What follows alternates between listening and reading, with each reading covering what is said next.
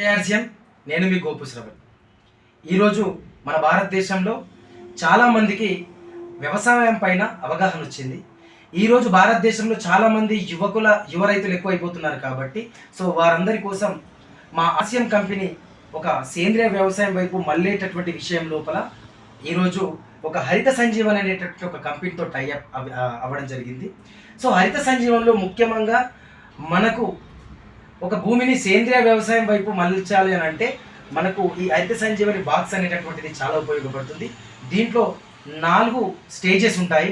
Stage 1, stage 2, stage 3, stage 4. ఈ 4 స్టేజ్లు మొక్క యొక్క దశల వారీగా మనం స్ప్రే చేయడం జరుగుతుంది.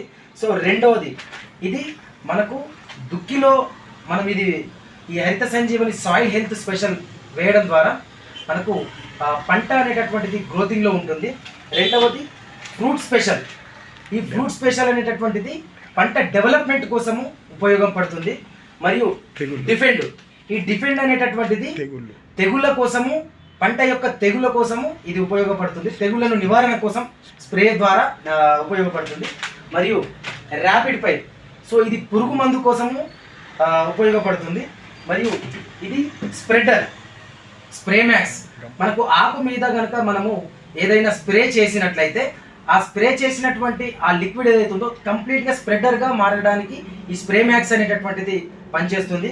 మరియు లాస్ట్ బట్ నాట్ లీస్ట్, ఇవన్నీ మనం స్ప్రే చేయడానికి మనం వాడేటటువంటి వాటర్ ఏదైతే ఉందో అయితే ఫ్లోరైడ్ ఎక్కువ శాతంలో ఉంటున్నది కాబట్టి ఈ వేసేటటువంటి ఈ స్ప్రేలు 50% మాత్రమే మొక్కకు యూజ్ అవుతుంది. దానికి మెయిన్ బేస్ వాటర్ని మనం ఫిల్టర్ చేయాలి. కాబట్టి ఈ మిలాప్ అనేటటువంటి ఈ లిక్విడ్ మన ఆర్సిఎం హరిత సంజీవన్లో ఈ ప్రతి ఒక్క ప్రోడక్ట్కి ఇది మనకు మెయిన్ బేస్గా పనిచేస్తుంది. కాబట్టి ప్రతి ఒక్క యువకులు కానీ మరియు యువ రైతులు కానీ మరియు సేంద్రియ వ్యవసాయం వైపు మళ్ళినటువంటి రైతులు కానీ ఈ ఆర్సిఎం హరిత సంజీవని యొక్క వాడి మీ యొక్క రిజల్ట్ని మరింత రెట్టింపు చేసుకోగలరని కోరుచున్నాం. అందరికీ జై ఆర్సిఎం, జై జవాన్, జై కిసాన్.